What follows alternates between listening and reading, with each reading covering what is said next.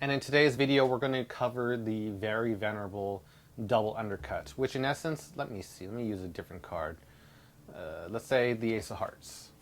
We want to use it to control it to either top or bottom, and we use the same basic ideas as we have in previous videos. We have the card, and let's say we want to control it to the top, and I'll leave it face down just for demonstration. And then we do it by doing a double undercut, a classic by David Blaine. We can control the card to the top. In a similar way, we can spread the cards, have the cards replaced, and we can do it similarly to the bottom. We show the card, square everything up, and then we can just do the double undercut. Thank you, David Blaine, and we can control that card to the bottom. And in essence, that is the double undercut. So, that said, first we thank David Blaine because he was awesome. And now, let's get into it. So, we have the card selection. I'm going to leave it face up for explanation purposes. First the demonstration, this will be the explanation. And we will spread the cards however you wish or whatever situation you get yourself into. I know there might be a dribble, riffle, whatever. I've covered in past videos. So let's just say we did a spread. We take the card, and then we show it to the spectator, okay? And I'll leave it face up right here so we can see it. Now let's say we're going to control to the top, so pinky right here, as we've covered. And then the fingers, so then all the cards will go squaring right above, retaining a pinky break right here. Now, this is where it gets different from the triple cut we had covered in the previous video. So we've got the break right here. Now, it's has similar mechanics to a swing cut. What we're going to do, first and second finger, and thumb in the back. So we've got the break right here.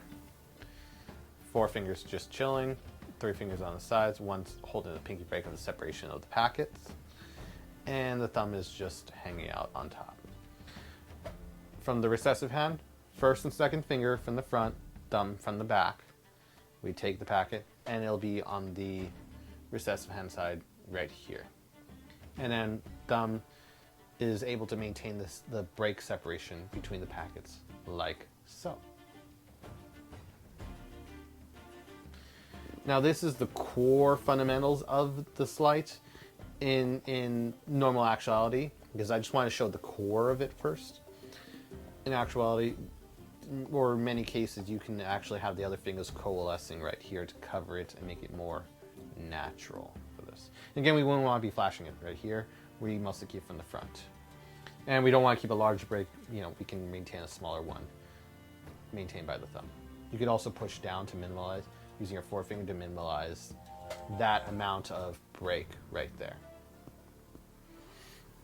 So what we do is using our dominant hand, in this case it is my left hand, we now break off the lower half of the lower packet right here.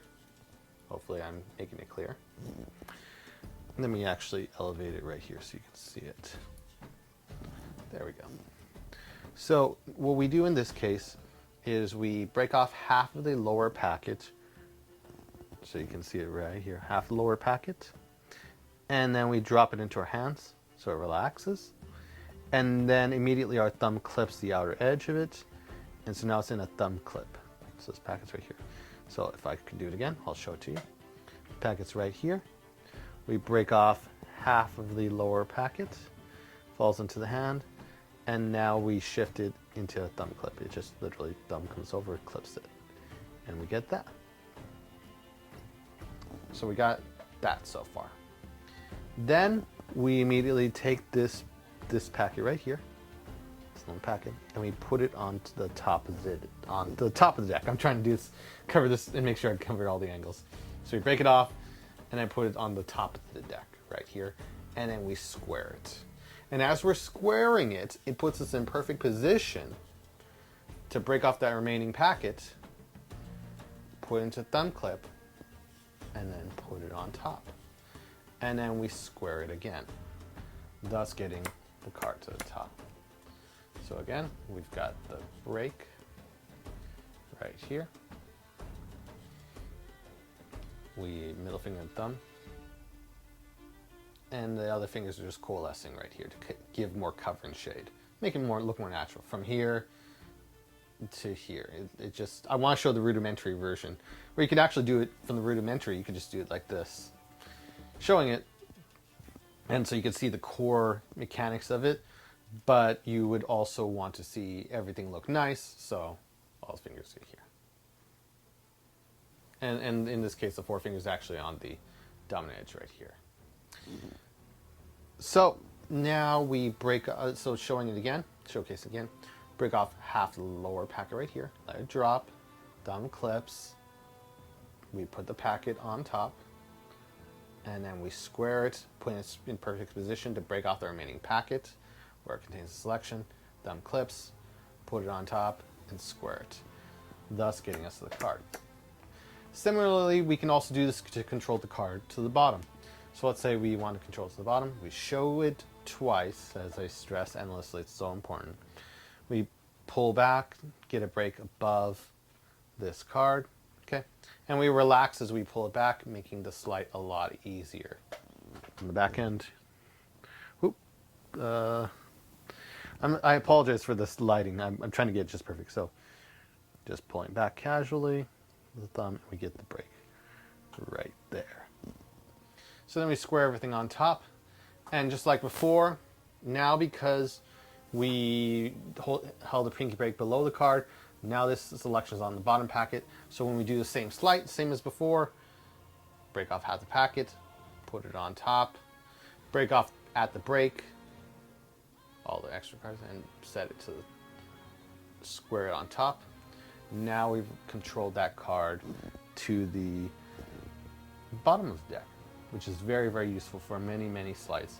And you'll see most magicians endlessly just use this sleight or control to be able to get to where they need to go. I can say, honestly, I've used this endlessly as a useful way to just go about the effect. It's just like the core, the crux of the effect. If we don't know like many ways to control a card, this is commonly what many magicians use. It's such a great cut. It's very deceptive. No spectator, I can't say in my 15 years a spectator's really called me out on this. It just seems like such a fair cut to do double undercuts in such a way. So thank Vernon for that. I guess that's the reason. Like, no one's caught on to it. It's a great cut. It seems fair, but yet we can control the card to top or bottom. That's cool. So with all that said, I hope this video was helpful for you. Like and subscribe as always, and see you in the next video.